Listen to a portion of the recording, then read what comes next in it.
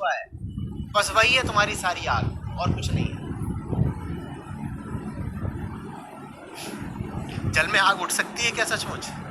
नहीं उठ सकती। जल को अगर जान लो जल है, तो कोई कितना भी बेवकूफ बनाए कि इसमें आग लगी हुई है, मानोगे क्या? कोई दिखा भी दे पानी में आग लगी है तो कहोगे अरे कुछ तेल वगैरह तैर रहा होगा सतह पर, उसमें आग लगी होगी। पानी में आग नहीं लग सकती। तो जो संतों की बात समझ जाता है वो भी फिर पानी में आग नहीं लगने देता, कहता है तो पानी है, उसमें आग कैसे लग गई? असंभव, घट कैसे सकता है? कहीं आग नहीं लग सकती। या ऐसे कह दो कि कहीं भी लगी हुई आग मेरे मन का ताप नहीं बन सकती। कहीं भी लगी हुई आग मेरे मन का ताप नहीं बन सकती।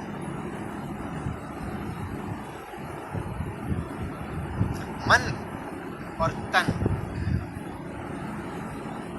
बहुत एक होकर चलते हैं।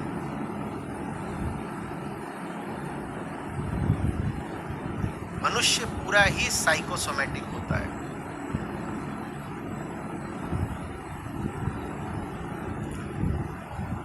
गुस्से में चेहरा और कान लाल ना हो जाएं, ऐसा हुआ कभी?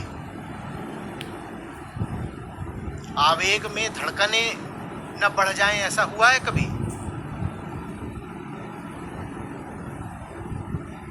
योग ने देखा कि जब आप उत्तेजित हो जाते हैं तो आपकी सांसें अनियमित हो जाती हैं। तो वहां से एक विधि उठा ली, प्राणायाम।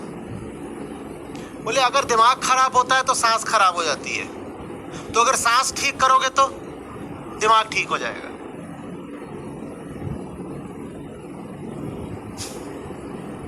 क्योंकि तन और मन एक साथ चलते हैं, वही बात है। और तन और मन में भी पहले कौन आता है? माँ कौन है, बच्चा कौन है? तन। तो तन के पीछे पीछे मन चलेगा, ये तो होगा ही होगा।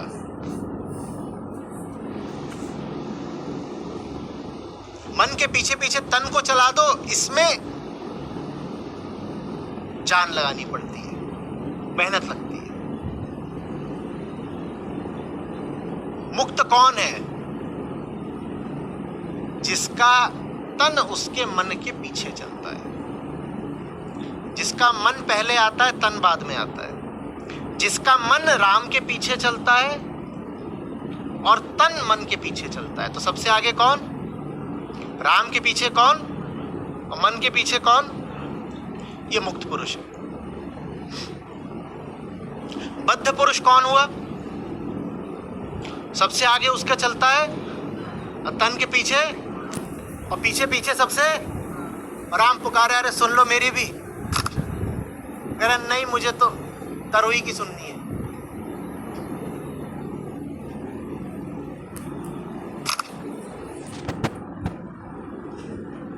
ठीक है बात की नहीं है? जल में अगन रही अधिकारी, ये क्या असंभव कर रहे हो? तुम झूठे मैं को मैं बोल रहे हो। ये वैसी सी बात है जैसे जल में आग लग गई हो। अगर जल में आग का लगना झूठ है तो तुम जिसको मैं बोल रहे हो उसका होना झूठ है। दोनों बराबर के झूठ।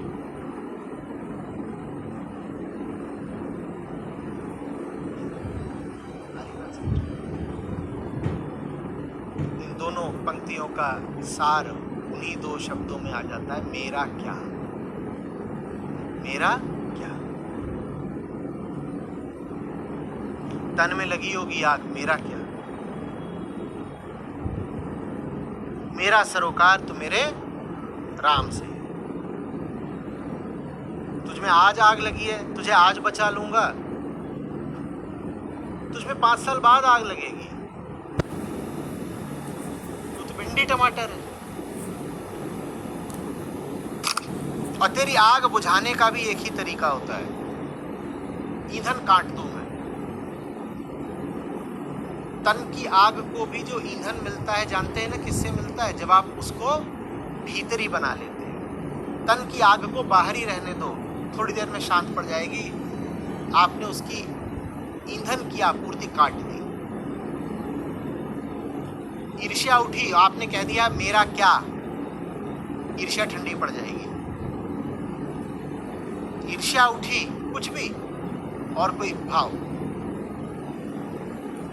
और आपने उसको बोल दिया मेरा क्या, वो ठंडी पड़ जाएगी। और आपने उसको कह दिया ये तो मेरे अंदर की ईर्ष्या है,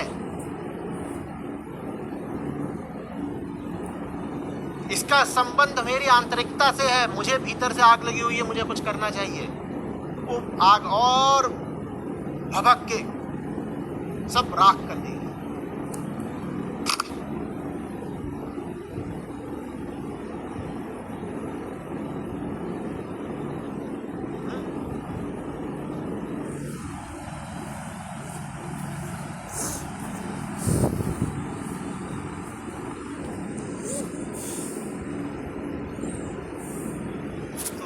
ज्ञानियों के तरीके रहे हैं, उनमें से एक तरीका ये रहा है कि वो अपने आप को पराये की तरह समझते हैं।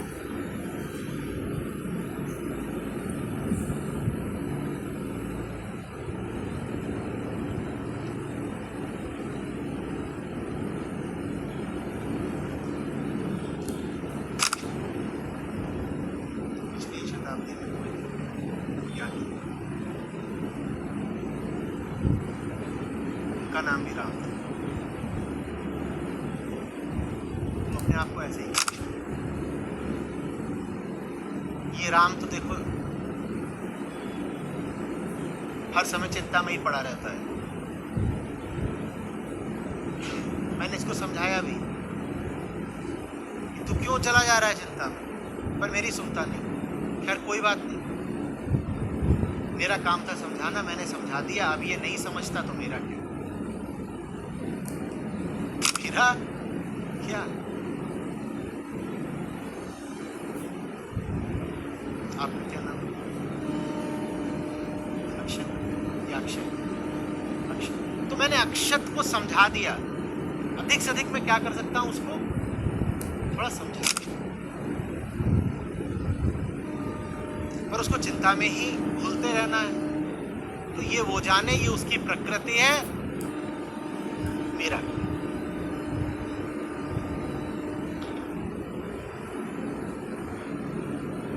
अब वो जले बाहर वाला अक्षत, उसका जब तक मन है जलने का, हालांकि मेरे समर्थन के बिना वो बहुत देर तक जल सकता नहीं, पर ठीक जा जल, तू जा जल, मैं क्या करूंगा,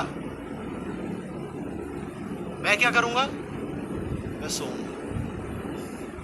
तेरा काम है जलना और मेरा काम है सोना, और मैं जितनी गहरी नींद में सोऊंगा तू उतना ठंडा पड़ता जाएगा। कभी ऐसा हुआ है कि आप सो रहे हो और फिर भी क्रोध के कारण आपका शरीर तप रहा हो? बोलिए, अहम जब सो जाता है तो क्या शरीर तप पाता है? शरीर भी तभी तप पाता है ना जब आप उस ताप को अपना समर्थन देते हो, ईंधन देते हो। मैं सो जाऊंगा, अब तू तप के दिखा दे। ये अध्यात्म में ऊंची से ऊंची अवस्था होती है जिसमें आप बाहर से जगे हुए हैं और भीतर सोए हुए हैं। बाहर जगे हुए हैं, भीतर, उसी को आगे बढ़ा के ऐसे भी कह देते हैं कि बाहर से जिंदा हैं और भीतर मरे हुए।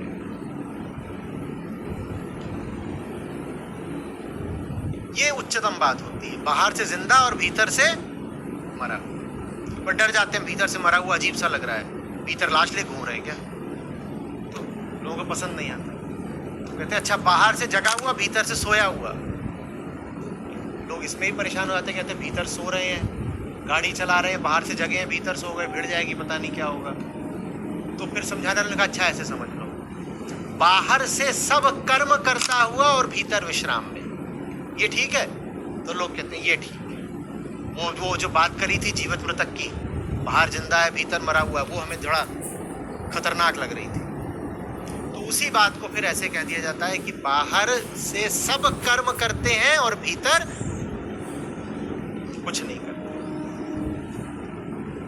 बाहर से सारे कर्म हमारे हैं और भीतर कुछ भी नहीं करते हैं हम।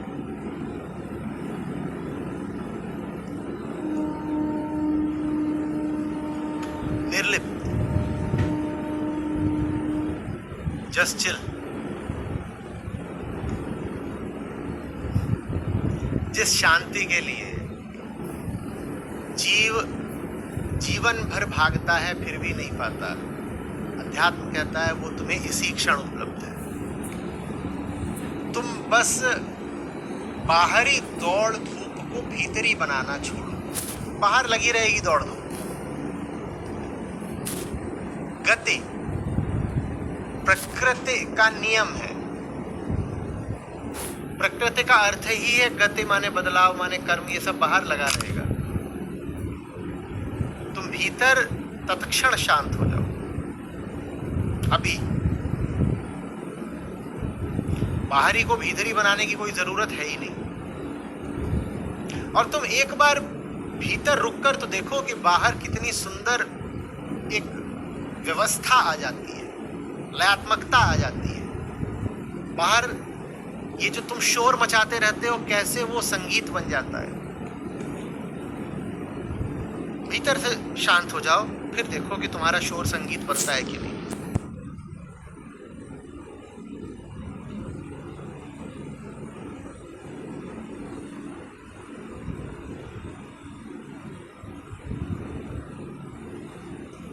हमने कहा ये हमसे पूछ के नहीं चलता है ना, तो इससे हमको इस बात से भी निवृत्ति मिल गई है कि हमें इसके इशारों पर चलना है। हम तुम अच्छे पड़ोसियों जैसा संबंध बना के रखेंगे। हमें अगर लग रहा है कि तुम कुछ ठीक नहीं कर रहे हो तो हम तुमको जाकर के थोड़ी सलाह दे सकते हैं, पर हस्तक्षेप नहीं कर सकते। हमने जाके 2 शब्द आपको कुछ बोल दिए इशारे के, आपको बात ठीक लगे तो आप मान लें बस। और यहाँ पर एक खास लाभ ये भी है कि अगर वो आपकी बात नहीं मानेगा तो बहुत देर तक जल नहीं पाएगा। और उसको जलना हो तो जले, कम से कम आप तो नहीं जलोगे। अपने आप को उससे अलग रखो। जैसे अंग्रेजी में कहते हैं ना, good fences make good neighbours.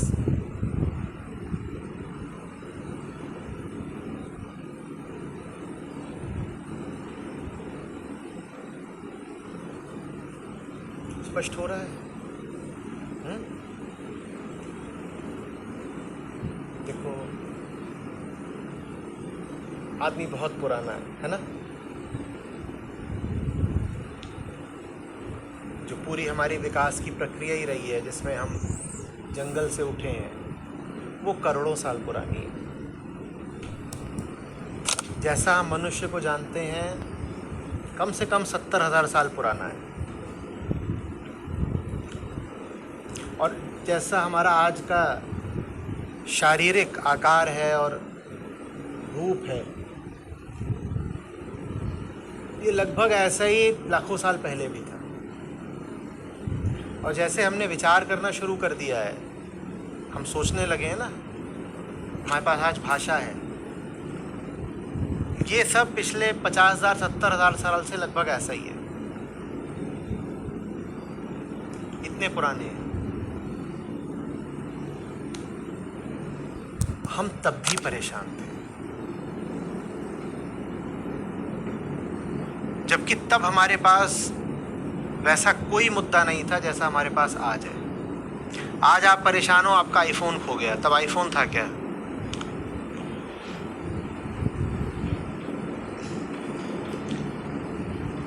आज आप परेशान हो कि आपका वीज़ा नहीं लग रहा है अमेरिका का, तब अमेरिका का वीज़ा लगता था क्या?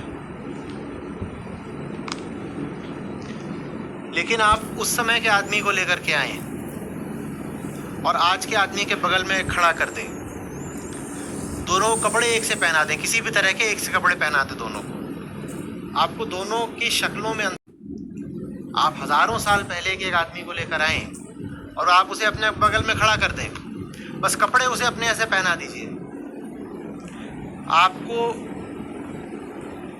चेहरे में और आंखों में अंतर करना मुश्किल पड़ जाएगा। वो भी परेशान था, वो भी दुखी था, वो भी कामनाग्रस्त था, वो भी क्रोधित था, वो भी आतंकित था, ठीक वैसे जैसे हम हैं। लेकिन हमारे ऊपर जब ये सब चीजें आती हैं तो हमें लगता है हमारी है। वो हमारी नहीं है, वो इतिहास की है, वो प्रकृति की है, वो सदा से रही हैं। और जैसा ये हमारा शरीर है ऐसा ही रहा तो वो आगे भी रहेंगी। ये ताप मन का नहीं, तन का है। आप पुरानी सब लड़ाइयां देखो इतिहास की, वो किन मुद्दों पर हुई हैं? क्या मुद्दे थे? महाभारत की लड़ाई किन मुद्दों पर हुई थी? यूरोप के क्रूसेड्स किन मुद्दों पर हुए थे? मिथोलॉजी उठाओ, इतिहास उठाओ, कुछ उठाओ, जब भी लड़ाइयां हुई हैं मुद्दे क्या रहे हैं? जमीन, प्रतिष्ठा, लालच, अहंकार, स्त्री पुरुष के खेल, यही सब रहा है ना। और आज भी जो लड़ाइयां चल रही हैं किन मुद्दों पर है? अदालतों में इतने मुकदमे पड़े हुए हैं, करोड़ों मुकदमे हैं भारत की अदालतों में। उनमें मसला क्या रहता है? क्या वही नहीं जो महाभारत के समय में था? कुछ बदला क्या? कुछ भी बदला है क्या? तो आप अपने मसलों को अपना क्यों बोल रहे हो? अपना बोलने का तो मतलब ये होता ना कि उनमें कुछ स्पेसिफिसिटी है, कुछ विशेषता है, वो व्यक्ति सापेक्ष है। वो आपके कहां है? वो तो दुर्योधन का भी वही मुद्दा था जो आज है। और दुर्योधन से पहले भी लड़ाइयां हुई थी, उनके भी मुद्दे वही थे जो आज है। और पहले की लड़ाइयां हैं जिनका कोई इतिहास नहीं मिलता, उनके भी वही मुद्दे थे जो आज है। पुराने आदमी के हमें जो अवशेष मिलते हैं, हड्डियां, खोपड़ियां, जानते हैं अक्सर वो हथियारों के साथ मिलते हैं। खोपड़ियां मिलती है चटकी हुई,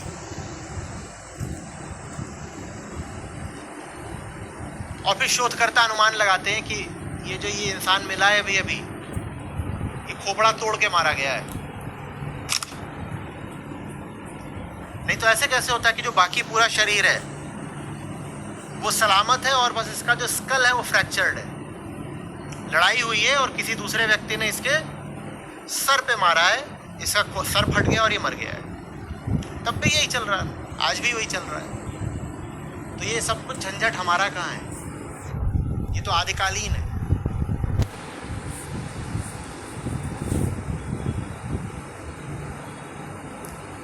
भ्रम में हम आज भी हैं, भ्रम में हम तब भी थे।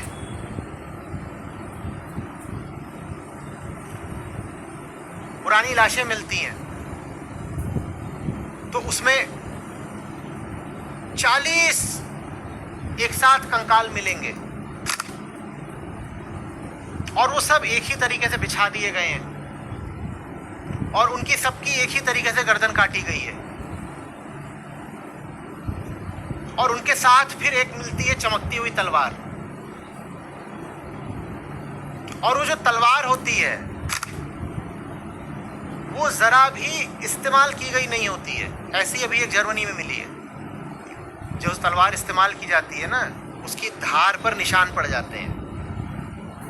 लेकिन धार्मिक अनुष्ठानों वगैरह के लिए खासकर जो तलवारें बनाई जाती हैं वो कभी इस्तेमाल तो की नहीं जाती, उनका तो एक बार इस्तेमाल होता है। तो वैसे 40 एक साथ कंकाल मिले हैं और उनके साथ एक तलवार रख दी गई है और वो गाड़ दी गई थी कंकालों के साथ तलवार। और फिर जब अब खुदाई हो रही है तो कंकाल और तलवार एक साथ मिल रहे हैं। तो 40 लोगों की बलि दी गई थी किसी देवता इत्यादि को प्रसन्न करने के लिए। 40 लोगों की बलि दी गई थी।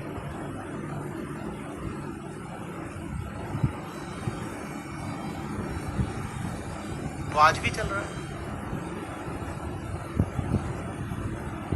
आज भी गाहे बगाहे इंसानों की बलि की खबरें आई जाती हैं दूर दराज के क्षेत्रों से। और जानवरों की बलि का तो कहना ही क्या, अभी बकरीद आ रही है।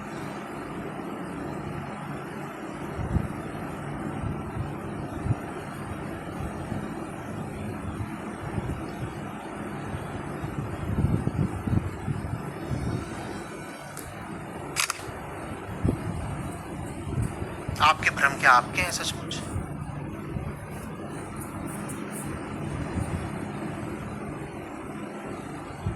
आपके भाव क्या आपके हैं सचमुच? बलि क्या है? अपने स्वार्थ के लिए किसी की जान भी ले सकता हूं, अपने स्वार्थ के लिए किसी की जान भी ले सकता हूं। मेरा स्वार्थ, मेरा कामना, यही मेरा राम है। यही तो बलि हुई ना। मेरी कामना इतनी बड़ी चीज है कि उसके लिए किसी की जान जाए तो जाए। वो भाव तब भी था, वो भाव आज भी है। तो हमारा कहां है? पराया हुआ कि नहीं हुआ? हमारा कहां है?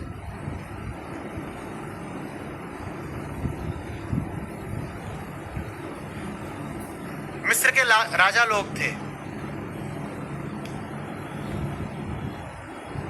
उनके किसी के 10 रानियां, किसी के 40, किसी के 400,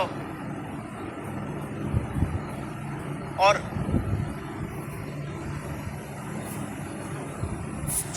उनके जब शरीर मिलते हैं तो साथ में जितनी रानियां थी उनके भी मिलते हैं। ये कैसे हो गया? वहां प्रथा बना दी गई थी, नियम बना दिया गया था कि जब राजा मरेगा तो उसके साथ साथ जितनी रानियां थी वो भी जाएंगी, उसके जो खास अनुचर नौकर चाकर थे वो भी जाएंगे, और जो खास मंत्री लोग थे वो भी जाएंगे। और ये काहे को प्रथा बनाई गई थी? ताकि ये सब मिलके उसको जिंदा रखें। कहीं ये अगर टपका तो हम भी जाएंगे। तो जितने नौकर चाकर लगे हुए, कोई जहर नहीं देगा, रानियां हैं वो कोई बवाल नहीं करेंगी। बोलेंगे अगर हमने कुछ करा और इसको दिल का दौरा पड़ गया, और मरते सब ऐसे ही हैं दिल के दौरे से, रानी हम कुछ नहीं करते, हाँ बताओ भैया क्या चाहिए, ठीक है।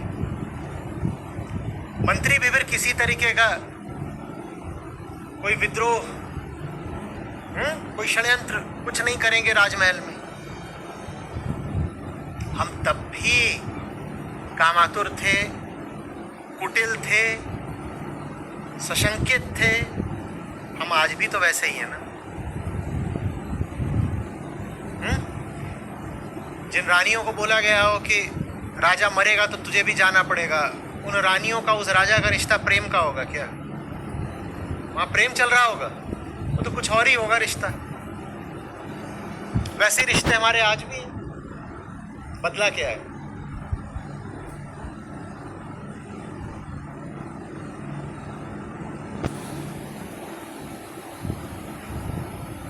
सारा ताप तन का है, क्योंकि तन ही है जो तब भी था और आज भी है। बाकी तो सब बदल गया। वरना और कुछ है? आज जैसी सड़क थी तब थी, आज जैसी सड़क है तब थी। ये माइक था, ये कागज भी था, ये कलम थी, ये कोट था, ये दीवारें थी, ये कंप्यूटर्स थे, ये मशीनें थी। जैसे आज संविधान है ये थे, आज जिस तरह की आइडियोलॉजीज हैं, विचारधाराएं हैं, ये थी। आज जितना ज्ञान है और सूचना प्रौद्योगिकी है, कुछ भी था। तो सब कुछ तो बदल गया। इंसान फिर भी वैसे का वैसा कैसे है? तन नहीं बदला। आप मुझे कुछ भी बता दो जो तब से अब तक अपरिवर्तनीय रहा हो।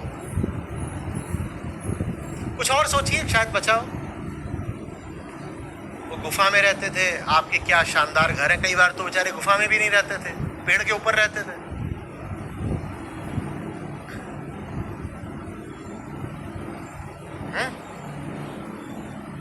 कुछ भी है। वो या तो कुछ पहनते नहीं थे, तो पहनते भी क्या थे? पत्ती बांध ली, किसी जानवर की खाल बांध ली। हमारे कपड़े ही कपड़े, अलमारियां अलमारियां भरी हुई हैं कपड़ों से।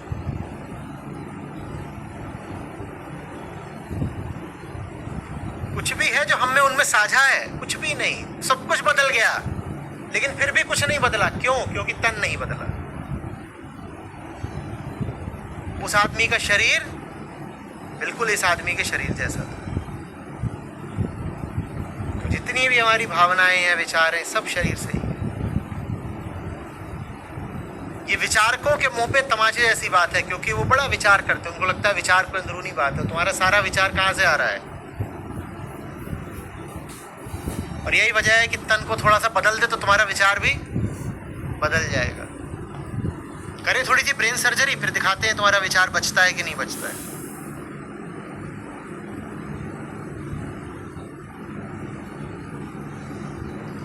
अब यहां से हमें पता चलेगी कि दो तरह की शांति क्या होती है, और दो तरह का मौन क्या होता है, और दो तरह की स्थिरता क्या होती है। बहुत ध्यान से सुनिएगा।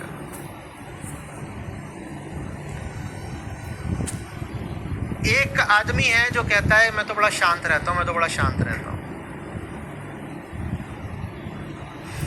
उसको क्रोध का इंजेक्शन लगा दिया गया। मतलब है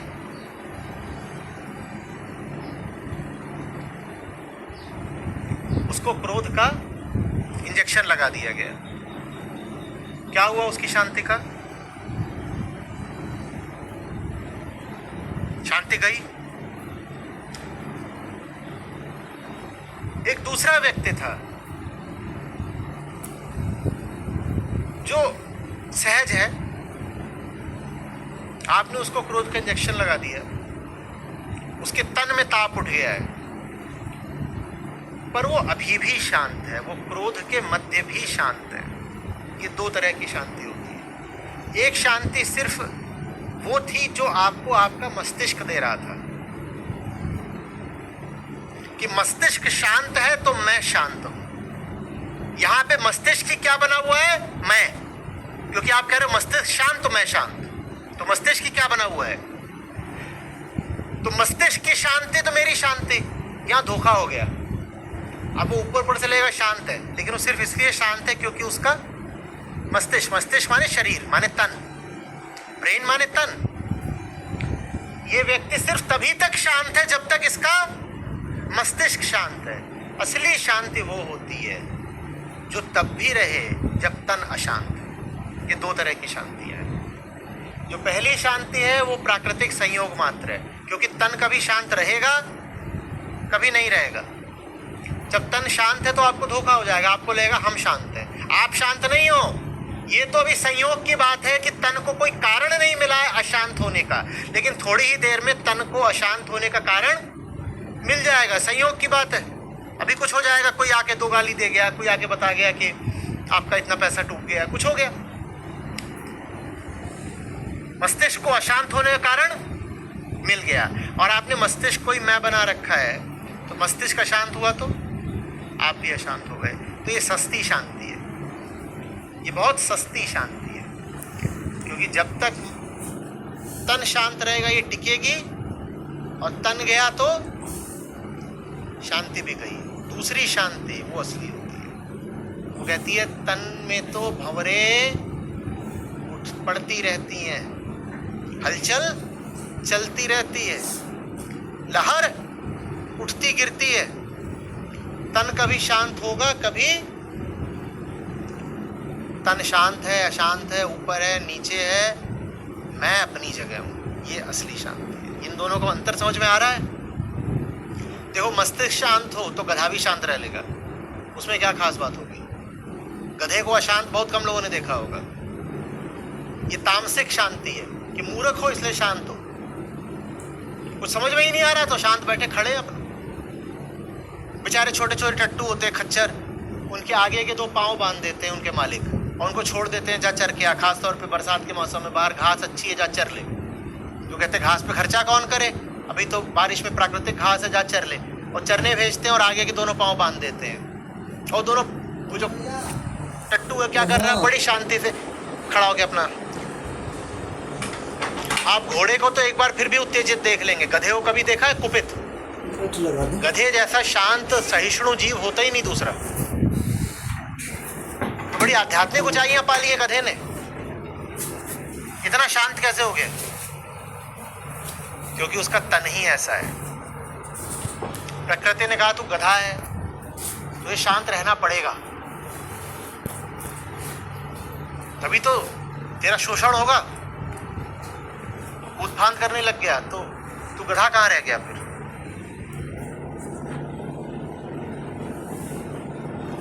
समझ में आ रही है बात?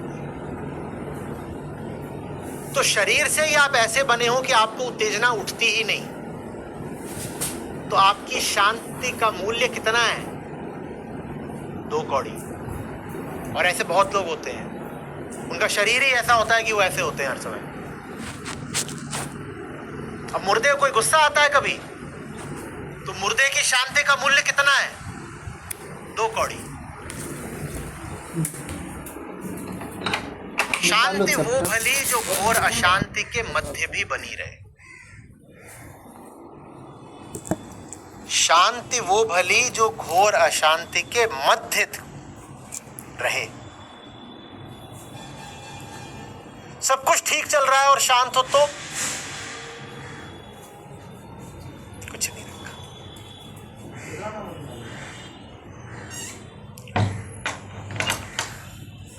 एसी चल रहा है इसलिए तन कूल है, और तन कूल है इसलिए मन कूल है, तो बेटा धोखे में हो। कूल तो उसको मानेंगे जो तब भी कूल रहे जब एसी ना रहे।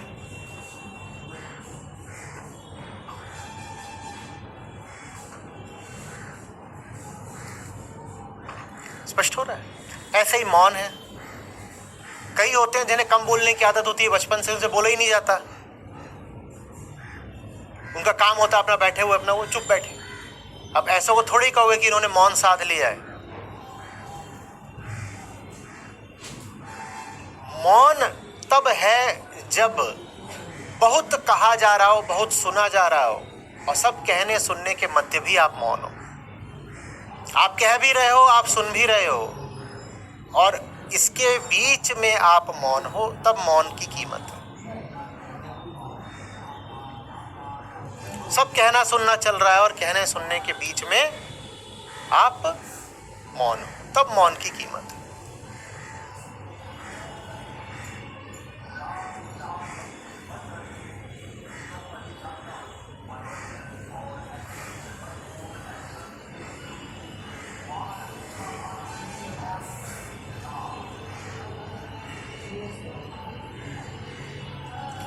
आ रही बात? तन की दी हुई चीज अगर अच्छी भी लग रही है तो वो धोखा देगी, क्योंकि वो असली चीज नहीं है। तन की दी हुई शांति धोखे मत आएगा। तन का दिया हुआ मौन, तन का दिया हुआ स्थायित्व, तन का दिया हुआ सुख,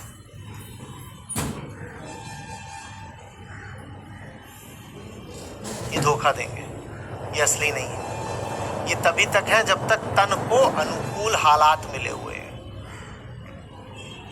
तन को सही परिस्थिति मिली है तो तन सुख दे रहा है, स्थिति बदलेगी तो तन दुख दे देगा। सचमुच फिर सुखी कौन है? सचमुच सुखी कौन हुआ? हाँ, तन सुख दे रहा है, ले लेंगे। तन दुख रहा है, दुख दे रहा है, ले लेंगे। लेकिन तन के सुख और तन के दुख दोनों के ही मध्य हम कैसे रहेंगे? तन के सुख को हम रोक नहीं सकते, काहे को रोके? जब हम तन के दुख को नहीं रोक सकते तो तन के सुख को काहे के लिए रोकने जाएंगे? तन दुख देने आया, हमने हाथ जोड़ के ले लिया, उसे रोका नहीं जा सकता। पराई चीज है, पराई चीज में बाधा नहीं डालते। दूसरे के घर में कोई कुरियर डिलीवर हो रहा है, आप कूद के उसको रोकने जाओगे? आपके पड़ोसी के घर में कोई आया है, कुरियर डिलीवर कर रहा है, आप काहे को जाके उसको रोक रहे हो कि रुक? तो वैसे ही तन को अगर दुख डिलीवर हो रहा है तो आप रोकने जाओगे? पड़ोस का घर है, उसको दुख की डिलीवरी आई है आज, आपको रोकने जाना है? और जब दुख रोकने नहीं जाना तो सुख रोकने भी नहीं जाना है। पड़ोसी का घर है, उसको सुख आया है, लेता रहे, हम नहीं रोकते। लेकिन ये नहीं करना है कि सुख आया तो नहीं रोका, दुख आया तो। जो स्वीकार भाव सुख के प्रति है वही दुख के प्रति भी रहना चाहिए। दुख भी आएगा तो उसको वैसे ही कहेंगे ठीक है, जैसे सुख को कहा था ठीक है। हमारा अधिकार ही नहीं है आपको रोकने का। आप तो संयोग से आते हो, संयोग से जाते हो, हमारा क्या अधिकार है। और जो ये कर लेता है वो सुख दुख के पार के सुख में स्थापित हो जाता है। सुख दुख के पार के ही सुख को क्या कहा गया है? आनंद, असली सुख। असली सुख इसमें है कि हमें परवाह नहीं कि सुख आया दुख आया।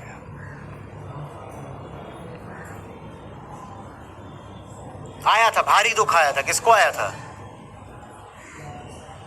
पड़ोसी को आया था, भारी दुख था। आपने कुछ करा नहीं, इतना दुख आया नहीं, कुछ नहीं करा, आने दिया। आने दिया माने दुख आया, दुखी हो गए,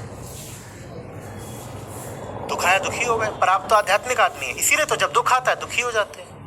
अच्छा अच्छा, ठीक ठीक है। हाँ, अध्यात्म तो सुख वर्जित करता है ना, आध्यात्मिक कभी कभी हंसता हुआ देखा। नहीं नहीं नहीं नहीं नहीं नहीं, जब सुख आता है तो हम सुखी भी हो जाते हैं। जैन मास्टर से एक बार उनके किसी शिष्य ने पूछा कि क्या करें जब बहुत सर्दी हो जाए और बहुत गर्मी हो जाए। तो बोले जब सर्दी हो जाए तो सर्द हो जाओ, और जब गर्मी हो जाए तो गर्म हो जाओ। जब सर्दी हो जाए तो सर्द हो जाओ, जब गर्मी हो जाए तो गर्म हो जाओ। तुम होते कौन हो विरोध करने वाले? मामला मामला बाहरी। तुम कौन होते हो उसकी कुरियर की डिलीवरी रोकने वाले? उसके घर कुछ आया है, तुम क्यों रोक रहे हो? आने दो ना। दुख आया दुखी हो लिए, सुख आया सुखी हो लिए। ये जो अविरोध है, नॉन रेजिस्टेंस, ये बताता है कि आपको राम मिल गए। प्रकृति के प्रति आप अविरोधी तभी हो सकते हैं जब परम में स्थापित हो गए। फिर आप अपने आप को अनुमति दे सकते हैं जाड़ों में ठंडे होने की और गर्मियों में गर्म होने की। ठीक है,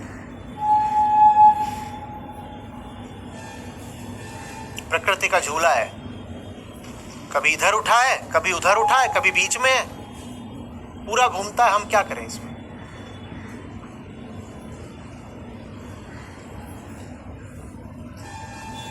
बहुत रो रहे हो, हाँ दुख बहुत आया है, रो रहे।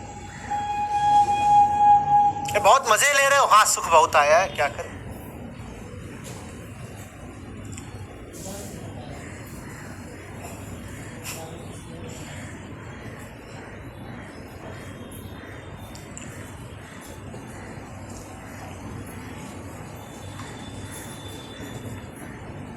समझ में आ रही है बात? ये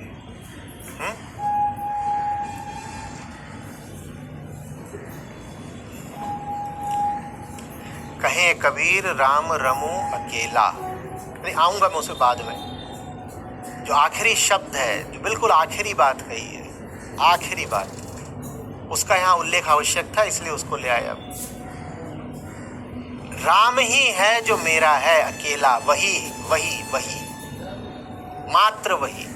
बाकी सब क्या है? पड़ोसी का घर है, पराया है। और परायेपन से हमारा आशय हिंसा नहीं है। परायेपन से हम इशारा करना चाहते हैं स्वत्व की ओर। मेरा क्या है ये जानना जरूरी है, मैं कौन हूं। और हम ये भी कह रहे हैं कि जब एकदम साफ हो जाता है मैं कौन हूं, तब पराया कहने की जरूरत भी समाप्त हो जाती है। पर अभी जरूरी है भेद करना, विवेक करना। अंत में आकर विवेक भी आवश्यक नहीं रह जाता।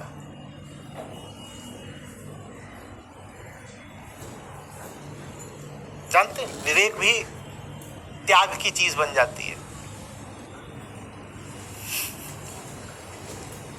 स्थित प्रज्ञ को विवेक नहीं चाहिए होता।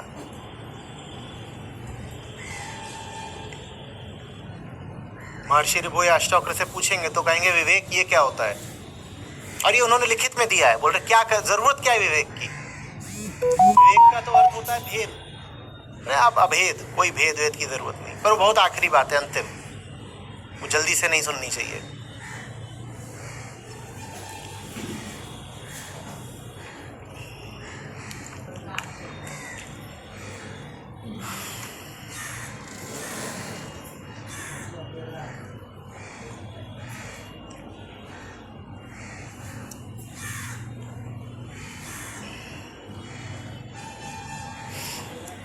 तुम जलनिधि मैं जलकर मीना, जल में रही जल ही बिन पीना।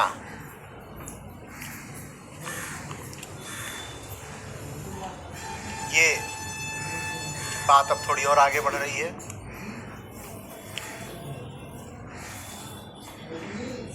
अहम की उत्पत्ति कैसे होती है, सूत्र समझा रहा है।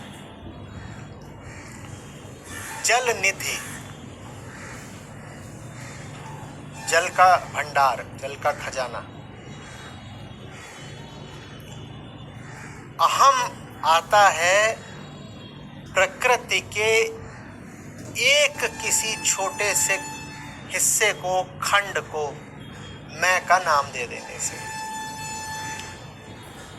मछली, मीन मछली, मछली का संबंध पूरे सागर से नहीं होता। मछली का संबंध सागर के ही भीतर जो वो एक इतनी सी अणु बराबर उसकी हस्ती होती है उससे होता है। वो ये नहीं कहती कभी कि मैं सागर हूं, वो कहती है मैं सागर की मछली हूं। अब वो सागर में ही पैदा हुई है, उसकी एक एक कोशिका सागर से ही निर्मित है, और कहीं गई वो आज तक?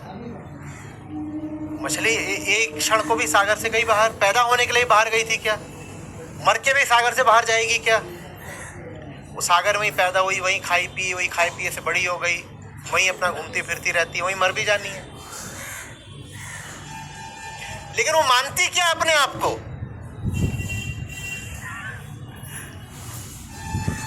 मानती क्या? कोई बोलती मेरा नाम सागर, वो क्या बोलती है?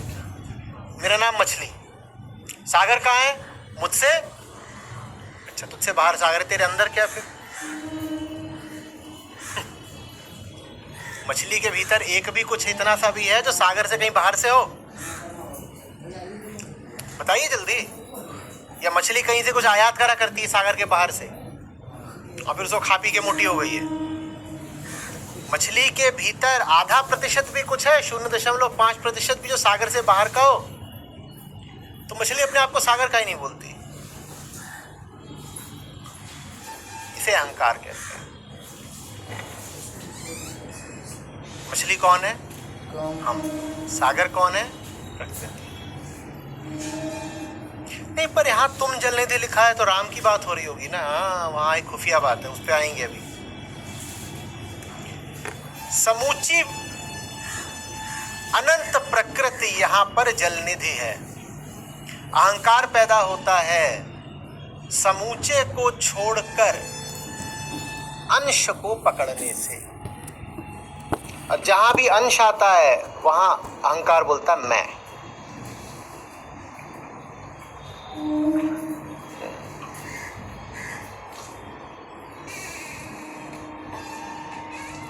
पूरे को छोड़ा, थोड़े को पकड़ा। पूरे को छोड़ा, थोड़े को पकड़ा।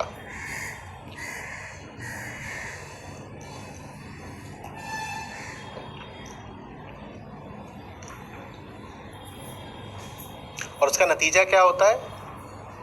जल में रही जल ही बिन पीना। उसका नतीजा ये होता है कि आप जिस प्रकृति में होते हो, आपके लिए वही अतृप्ति का कारण बन जाती है। जैसे मछली को जल की प्यास हो, आपकी सारी अतृप्ति, आपकी सारी कामना क्या पाने के लिए? यही तो सब। सड़क पे उधर दुकान लगी है, फलाने का वहां पर घर है, हाँ, बहुत बड़ा कहीं कोई महल है, संसद भवन में सीधे घुस जाना है, यही तो सब पाना है, यही सब क्या है? सागर, प्रकृति के तमाम छोटे छोटे तत्व, इन्हीं बूंदों के लिए मछली तड़प रही है। इनके लिए उसे तड़पना ही इसलिए पड़ रहा है क्योंकि सर्वप्रथम वो अपने आप को इनसे अलग बनाती है। वो अपने लिए एक झूठा फालतू मैं खड़ा करती है, मैं अलग हूं। अगर मछली ये जान ले कि वो सागर ही है, तो सागर की चीजों के प्रति उसमें कामना शेष रहेगी क्या?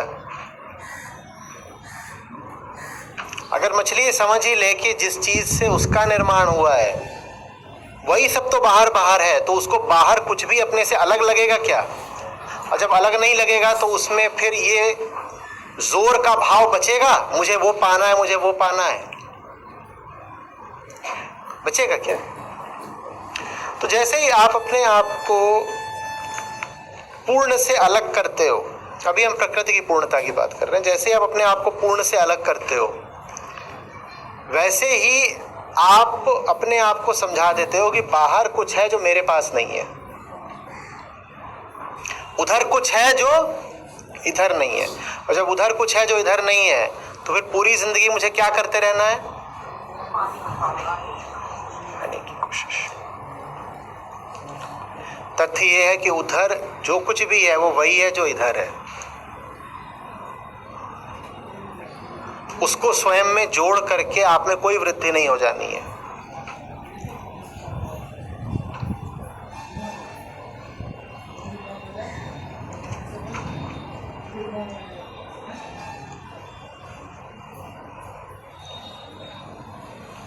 समझ में आ रही बात है?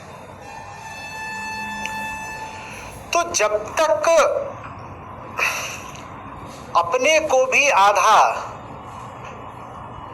और प्रकृति को भी अपूर्ण मान रहे हो तब तक अहंकार है।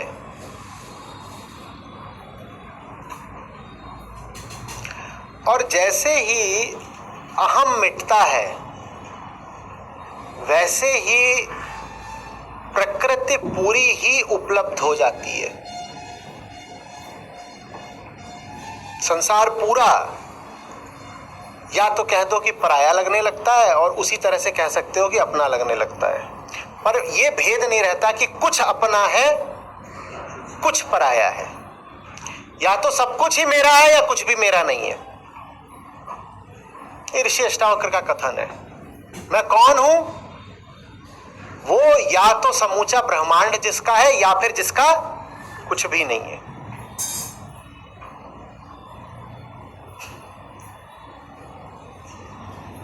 और ये चूंकि परम दशा है इसीलिए प्रकृति की पूर्णता को भी कभी कभी परमात्मा कह दिया जाता है। परम दशा में आप कह देते हो कि पूरा जो ब्रह्मांड है वो मेरा ही है। तो इसीलिए फिर कभी कभी ऐसे भी कह देते हैं कि ये जो समूची प्रकृति है यही परमात्मा है, क्योंकि परमात्मा की दशा में ही आप ये कह पाते हो कि समूची पृथ्वी या समूची प्रकृति मेरी है।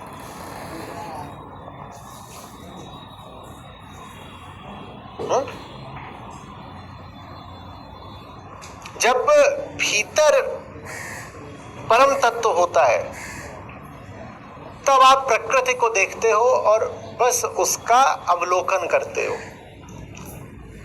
आप दृष्टा रहते हो। और जब परम तत्व भीतर नहीं रहता तो आप प्रकृति को देखते हो और आप उसके ग्राहक रहते हो, कामी रहते हो। ये अंतर रहता है। और अंतर नहीं पड़ता कि आप किस चीज को देख रहे हो। आप जिस चीज को भी देखोगे उसको लेकर आप में या तो जागृत या सुप्त कामना रहेगी ही। कामना माने कुछ भाव, कोई संबंध। उपेक्षा भी अगर आप कर रहे हो तो वो भी एक संबंध है।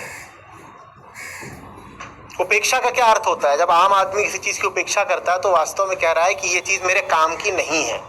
तो ले देकर जिसकी उपेक्षा भी कर रहे हो उसे संबंध तो काम का ही बनाया है ना, कि याद रखा क्या काम का है क्या नहीं। कुछ चीजें काम की हैं उनसे कामना का संबंध बनाया, जो काम की चीज नहीं है उसकी उपेक्षा कर दी। जब भीतर राम नहीं रहते तो संबंध कामना का ही बनता है। कामना में कुछ ऐसा होता है जो चाहिए, कुछ ऐसा होता है जो दूर फेंकना है पर दूर फेंकना है, और कुछ ऐसा होता है जिसकी उपेक्षा करनी है। कुछ ऐसा होता है जो दूर है उसे पास लाना है, कुछ होता है जिसे पास है लेकिन दूर करना है, और कुछ ऐसा होता है जिसकी उपेक्षा करनी है। और जब राम भीतर होता है तो प्रकृति के प्रति आप दृष्टा हो जाते हैं। जो प्रकृति के प्रति दृष्टा हो गया वो प्रकृति के लिए करुण हो जाता है। वो जितने भी जीव होते हैं उन सब का मित्र हो जाता है। बाहर के जीवों के लिए आप मित्र हो सको उसके लिए जरूरी है पहले भीतर राम हो।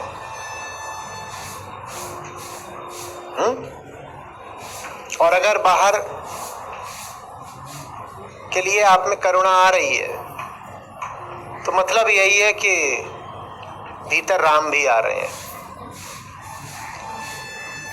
और जो लोग जीवों के लिए अच्छा काम करना चाहते हैं पर राम से खार खाते हैं, उनका कुछ नहीं हो सकता। ऐसे भी बहुत होते हैं, वो कहते हैं राम वगैरह अध्यात्म से हमें कोई मतलब नहीं, हमें तो बस बाहर के जीवों को लेकर अच्छे अच्छे इमोशंस हैं। स्ट्रे डॉग्स को मैं लेकर बहुत इमोशनल फील करता हूँ, तो मुझे अच्छे काम करने हैं। ठीक है, काम चलाऊ बात है, इससे कुछ बहुत आगे तक बात जाएगी नहीं। ऐसे ही लोग होते हैं फिर जो स्ट्रे डॉग्स को चिकन खिलाते हैं, कहते हैं मैं बहुत इमोशनल हूँ। किसको लेके? वो स्ट्रे डॉग्स को लेके। इन्हें पता ही नहीं कि वो जो इमोशन है वो क्या है। गर्मी का तरबूज, अभी मौसम बदलेगा बाजार से चला जाएगा। कोई इमोशन ऐसा होता है जो मौसमी ना हो। मौसम बदलता है, इमोशन भी मोशन में आ जाता है।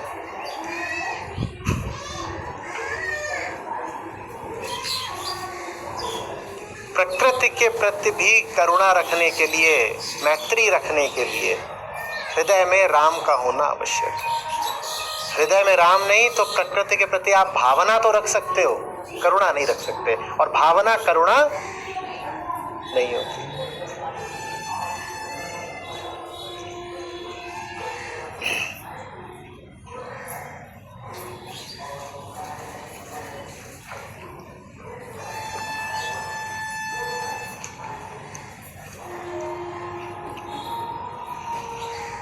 यहाँ तक बात बन रही है या बहुत तेजी से आगे जा रहे हैं?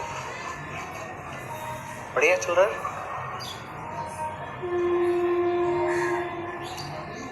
आप जिससे अलग हो ही नहीं, आप उसके बीच में रहोगे और उसी के लिए तरसोगे। ये कहाँ की बुद्धिमानी है? बोलिए। इसी बात को अद्वैत वेदांत ऐसे कहता है कि जगत अहंकार का ही प्रक्षेपण है, जगत अहंकार की ही छाया है। तो कितना पगला होगा वो आदमी जो अपनी छाया में कुछ ऐसा ढूंढे जो उसके पास नहीं है। अरे नाक कट गई, हमें नाक की बहुत फिक्र रहती है ना, संसारी इज्जतदार लोग हैं। अरे नाक कट गई, नाक कट गई। अब वो छाया में तलाश रहा है कि नाक शायद यहां मिल जाए। अरे सचमुच अगर तुम्हारी नाक कट ही गई है तो छाया में कहां से मिलेगी? तो छाया में भी कट गई होगी।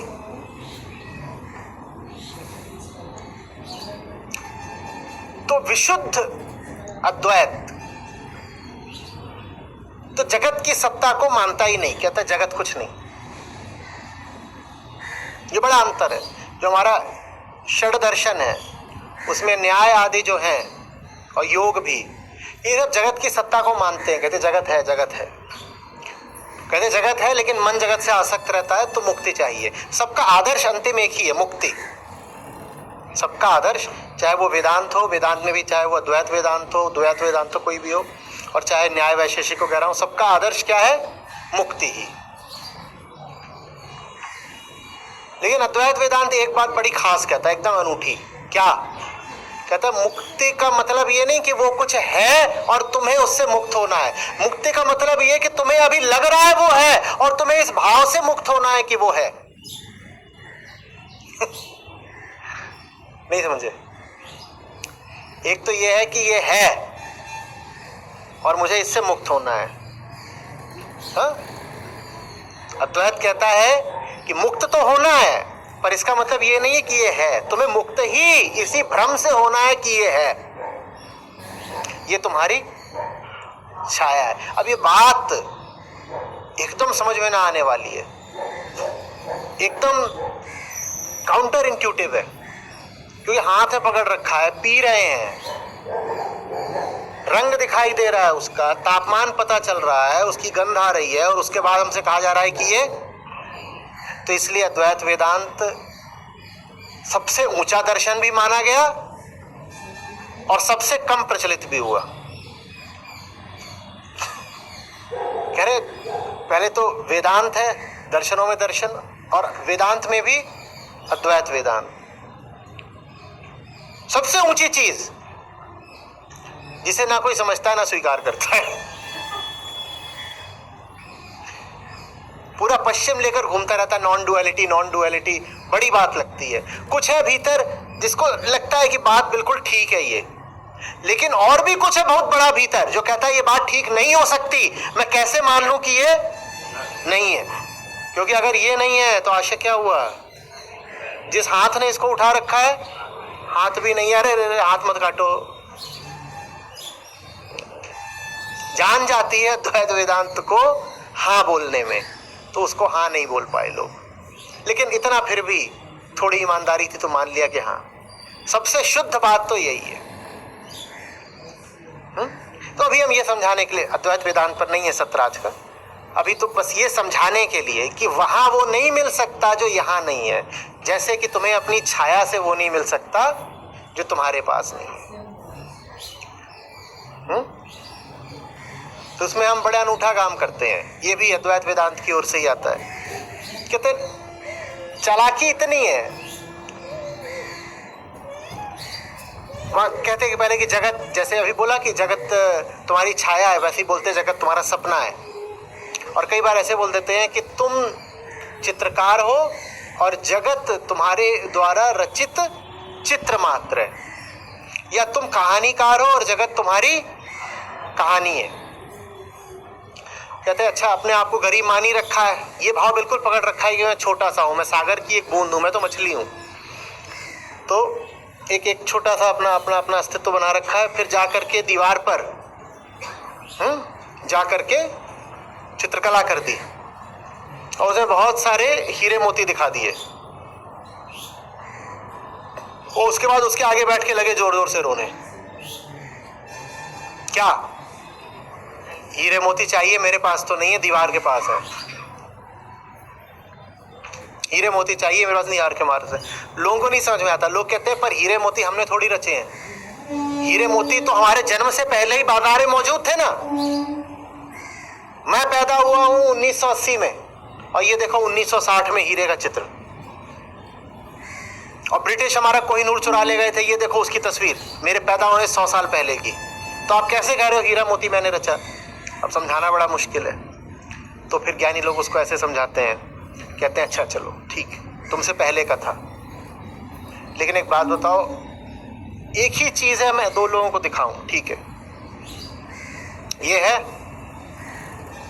सब लोग अपने मन में इसका एक मूल्य लगाइए, मुझे बताइए, मत लगा लीजिए। ये हम अद्वैत वेदांत समझ रहे हैं, ठीक है, सबने अपना मूल्य लगा लिया, अब मुझे बताया नहीं, ठीक है। आपने कितना लगाया इसका? 1000। आपने कितना लगाया? 500। आपने कितना लगाया? 50। 50 से लेके 1000 तक सब लग गया। अब बताओ इसका मूल्य कितना है?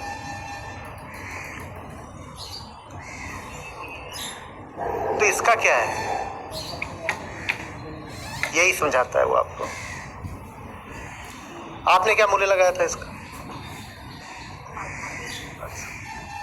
किसी ने 2000 भी लगाया होगा, किसी ने 10 रुपए भी लगाया होगा।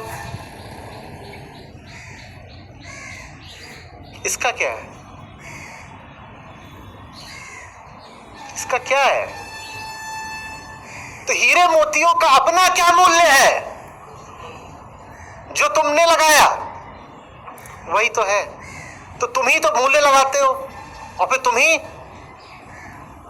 हाय हाय करके रोते हो। तो काहे के लिए रो रहे हो?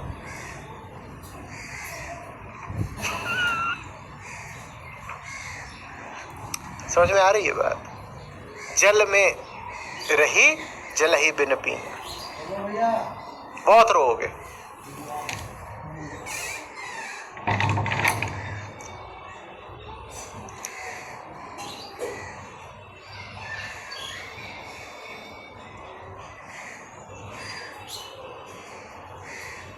कृष्णमूर्ति इसको बोलते थे ऑब्जर्विंग विदाउट सेपरेशन।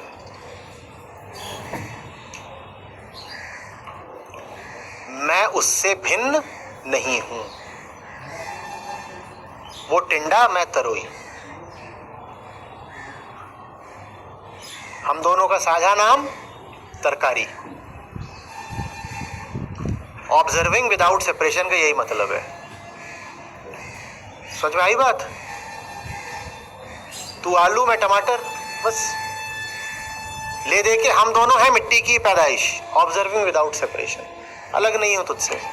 और जब आप अलग नहीं होते हो तो जो भुक्खड़ कामना होती है वो शांत है।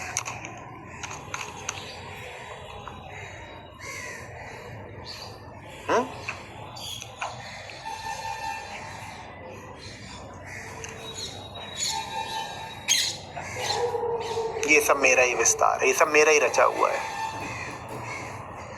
सब मेरा ही रचा हुआ है। कारणता भारतीय दर्शन में बहुत महत्वपूर्ण रही है। कॉजेलिटी।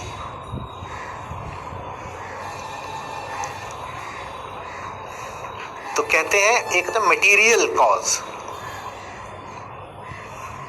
कहते हैं तुम वो हो। कई तरह के कारण होते हैं ना, निमित्त कारण, उपादान कारण।